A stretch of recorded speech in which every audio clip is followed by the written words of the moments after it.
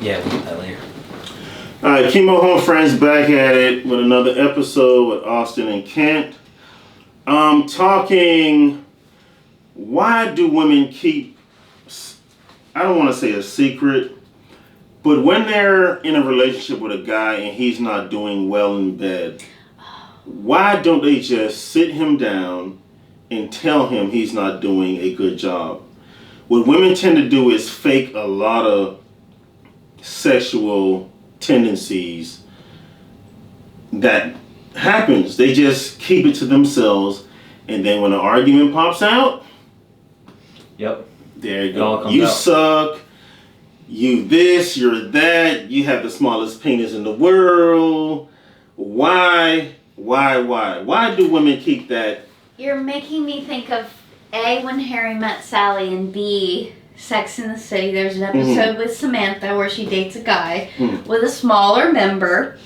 I think the underlying is to preserve the relationship because they're worried about how that combo will go, right? Especially if, the person is experienced, right? If they're experienced and they're still bad in bed, well, they're probably going to be defensive. They're not going to take it as constructive. But women need to understand we are not. Yeah, we're going to be defensive when you first tell us that, but we want to know if we're doing good in bed. Sure. Because then we have an opportunity to make it better or figure out how can we please you. But if you're not telling us what's going on, how in the hell are we going to fix it? Yeah. Ask questions. You see what I'm saying? You gotta ask questions for sure. That's what I'm trying to get at, in because the middle of it. if in my brain I think I'm doing a great job, Yeah. because you're fake moaning, fake orgasming. I know, that's scary. Oh my god! I'm like, damn, I did my job. When Harry Met Sally, You see what I'm saying? Yes. 100%. So I'm in my brain, I'm laying it down, and then a month later, we get an argument. You suck in bed. Where did this come from? For real. Like, didn't you just say a month ago I was? But that's what why do women keep that a secret to themselves? I think for some too, it's easier not to say anything, and then another reason would be it's hard to help, because How is it going to be hard to help it's hard a man? to help someone learn to do it right without watching like porn. You know what I mean? Or experience practice. So you feel like if you tell a man he's not doing a great job and you show him something, he's gonna feel like defeated about it? Yeah. I don't think so. Well, I think it's a maturity in the man, that's why though. there's fear of rejection, right? Fear of having it turn into a bigger issue. What if you like the person for more than just the sex, and you don't want the sex to overpower the whole relationship. So you keep trying, and eventually, if you're going to be happy, you're going to have to address it, right? But I think it's just fear. That's like me. I do not like women that lay on the bed like a corpse. Yeah. I hate that. Some women, they aren't into just laying there, do something. That's just me. I'm going to tell you, listen, I do not like this. They're not good in bed. Exactly. So I'm not going to sit there for a month keeping it to my, you know what, it was great. Oh my God, it was wonderful. No, you sucked. Take it how you want to. Takes you back to a relationship is a two-way street. Right? It's not one-sided. You should be able to communicate. Yes. Is what I'm trying to say. Well, and in bed, though, you have to put energy and effort into it to make it good on both sides. But are you willing to, if your significant other, you felt something was wrong, you're not afraid to sit him down and have a conversation then? It depends on who it is. So if you really, really like him, you'll have a convo. Yeah. But if you don't really like him, you'll be like, you know what, you'll never see me again. Yeah, if it's worth it, it's worth the conversation. If you love someone, it's worth the conversation. Yeah. You feel the same way? I feel like advice-wise for the guy to figure out is how many times y'all are doing it. If she's making you wait once a week, maybe twice a month. There you go. So how do you feel about situations like that? Because I've been in when you get in an argument, so you'll probably go from, let's say you were having sex 5 days a week. Yeah. Then it goes to once a week. Then it goes once every 3 weeks. Would you think like something's wrong? She's cheating. She's seeing someone else. How would your brain process that? Because sometimes an argument can turn a woman's off, Yeah. but she's not actually cheating. But we're not having compatible sex like we were. Yeah. Depends on the argument too. What You it know was what I mean? about. Yeah. I mean, if it's something stupid, like y'all are gonna get over it, right? But that's a hard one.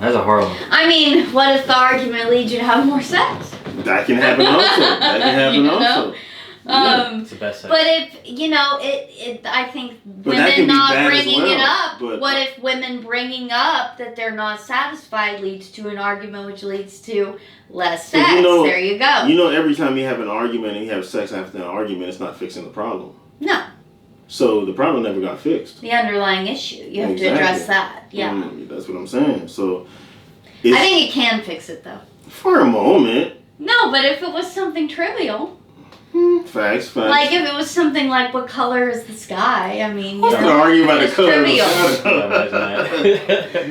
sky? For real. I'm just throwing something trivial out there. Of course the sky is blue, right? And he's gonna say the sky is great. Oh, Let's go to the bedroom. the earth is You flat. see what I'm saying? That's so But silly. The earth yeah. is flat, can't be fixed. So in the process of, would you get in a serious argument if the sex just slowed down? No, I had to bring it up. Yeah. I had to You bring want it to up. know why? Yeah. Yeah. But you Because know, what's stopping me from getting another girl? that's what's Real gonna talk. happen. Real Women are talk. not gonna understand that. Guys and girls have needs. They gotta be satisfied. And, well, and everybody has a different sex drive too. So if you are That's matching, true. if you're matching Yeah. someone's sex drive and then all of a sudden you're not, well, what changed? What changed? No, but what happens in a lot of new relationships, the sex is crazy. It's like crazy. And then you get to know each other and the months goes down and you be like, okay, what the fuck is going on here? I thought we was, It's called So how do you keep that going? effort. There you go. Effort. It takes effort. It A does. lot of women does not say effort. A lot of women have too Really? much pride to say, yeah, a lot What of do women, they say? a lot of women are prideful, man. Oh yeah, I know. A lot of women they never think they're wrong in any particular situation. It's always the man's I'm fault. not that way. I know when to admit I'm wrong, especially with That's directions. one of the biggest problems of relationships. Maps I'm not and just saying directions. you. I'm not saying you. Per Oh, se. I know. Women do not want to be wrong when it comes to a relationship. It's never their fault. I'm just being honest. It's true. Whenever a relationship fails, 90% of the time, who they say fucked with the relationship? 100%. A man. Yep. Well, I think it takes a real grown, mature woman to admit when you're wrong. So, same with a man. It takes a real, grown, mature man to admit when he's wrong. And that's part of growing up and being a grown person. You're right, because when I was younger, I was so immature. Like, me and the mother of my kids broke up, I blamed her for years. And then when I grew up and I look back, I was like, damn, I was the person screwing everything up. And I had to literally call her and apologize.